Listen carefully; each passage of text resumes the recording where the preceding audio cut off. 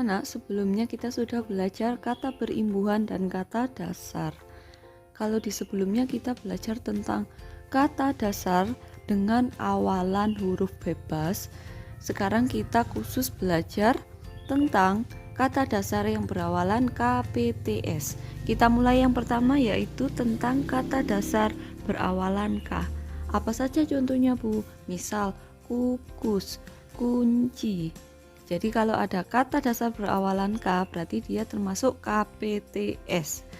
Nah, aturan yang pertama adalah, silakan diperhatikan, jika ada awalan me bertemu dengan kata dasar berawalan K dan kata dasar K itu diikuti dengan huruf vokal, maka huruf K berubah atau melebur menjadi NG. Nih, silakan diperhatikan anak-anak ya. Jadi kalau ada kata dasar bertemu dengan awalan me dan kata dasar itu huruf keduanya huruf vokal, maka K berubah atau melebur menjadi NG. Contohnya bagaimana, Bu? Ini silakan diperhatikan kata dasar kukus ya. Huruf pertamanya apa? K. Kemudian diikuti dengan huruf apa?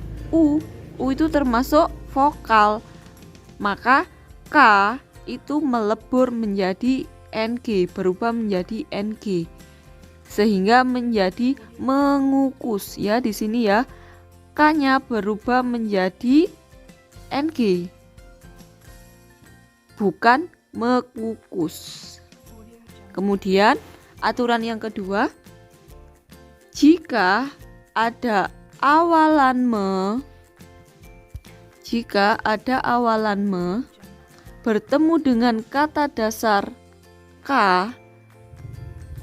tetapi huruf kedua setelah K adalah konsonan ya. Kalau tadi vokal, kalau sekarang konsonan, maka huruf K tidak berubah menjadi NG. Justru yang berubah adalah awalan me-nya. Awalan me-nya menjadi meng ya. Jadi kalau tadi huruf K itu berubah menjadi NG, kalau sekarang justru yang berubah adalah awalan me menjadi meng, karena huruf setelah kata dasar K itu adalah konsonan. Contohnya bagaimana? Silakan diperhatikan kata kredit. Kata kredit ya. Di sini ada kata kredit. Huruf pertamanya adalah K, tapi huruf keduanya adalah R. R kan konsonan, berarti imbuhan me itu berubah menjadi meng, sehingga berubah menjadi mengkredit, bukan mengkredit. Paham anak-anak ya? Kita lanjut. Yang kedua,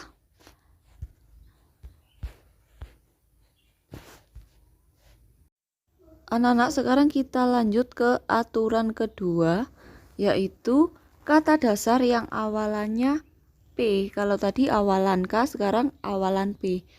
Apa saja kata dasar yang awalannya P? Misal ada paku, ada protes. Nah, aturannya bagaimana? Yang pertama,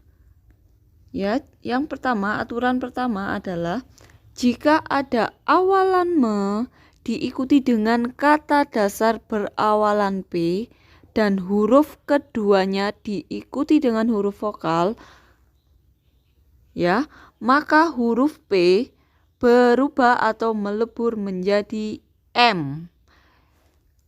Contohnya ini kata dasar paku. Huruf pertamanya adalah P. Huruf keduanya adalah A. Ya, A adalah huruf vokal. Maka P berubah atau melebur menjadi M. Contohnya apa ini? Me plus paku. Berarti me, P-nya diganti M. Jadilah memaku, bukan mepaku. Kemudian aturan yang kedua, jika ada awalan me diikuti dengan kata dasar berawalan P dan huruf keduanya diikuti dengan huruf konsonan, maka huruf P tidak berubah menjadi M. Yang berubah menjadi M tadi kalau dia huruf keduanya berupa vokal. Ya, kalau sekarang kalau diikuti dengan huruf konsonan justru merubah awalan me menjadi mem. Contohnya bagaimana? Ini. Kata dasarnya adalah protes. Huruf pertamanya adalah P, huruf keduanya adalah R. R itu adalah konsonan.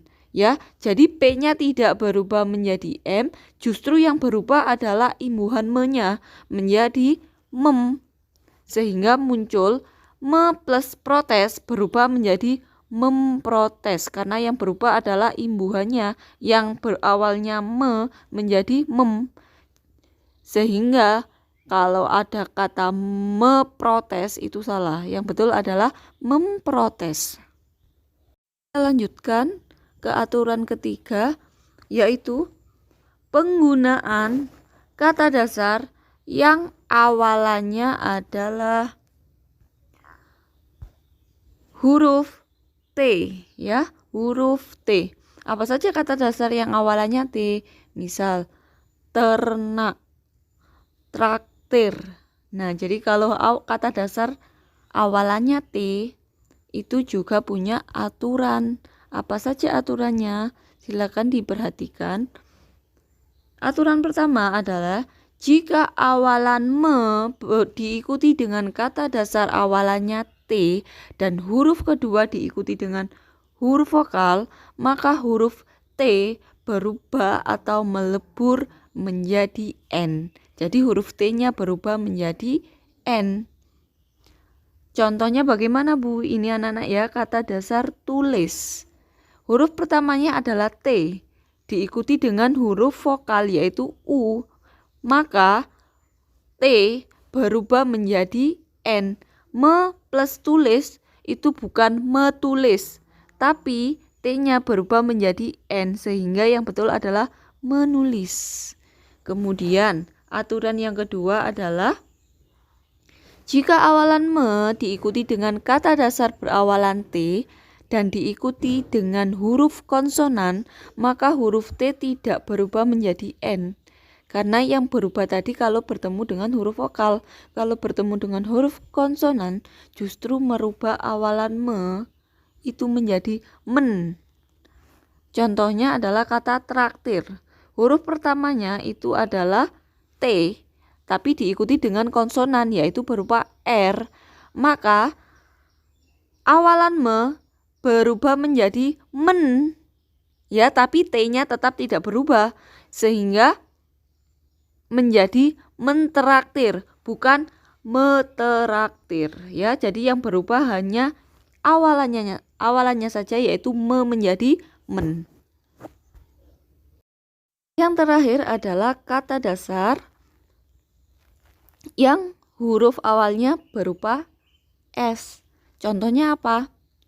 Sapu, setir, sepeda. Nah, jadi kalau S itu juga ada aturannya karena tadi kan di awal Bu Eris menjelaskan ada 4 kata khusus yang punya aturan, yaitu jika diawali dengan huruf K, huruf P, huruf T, dan huruf S, KPTS.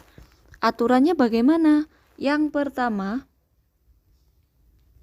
jika awalan me diikuti dengan kata dasar yang awalannya S dan diikuti dengan huruf vokal, maka huruf S berubah atau melebur menjadi NY. Nah, ya, berubah menjadi NY. Contohnya bagaimana Bu? Ini anak-anak silakan diperhatikan. Ada kata dasar sapu. Kata dasar sapu. Huruf pertamanya adalah S. Huruf keduanya adalah A. A itu termasuk huruf vokal. Maka huruf S berubah menjadi NY. Jadi me plus sapu itu menjadi menyapu. Nah, ini S-nya berubah menjadi NY, bukan mesapu.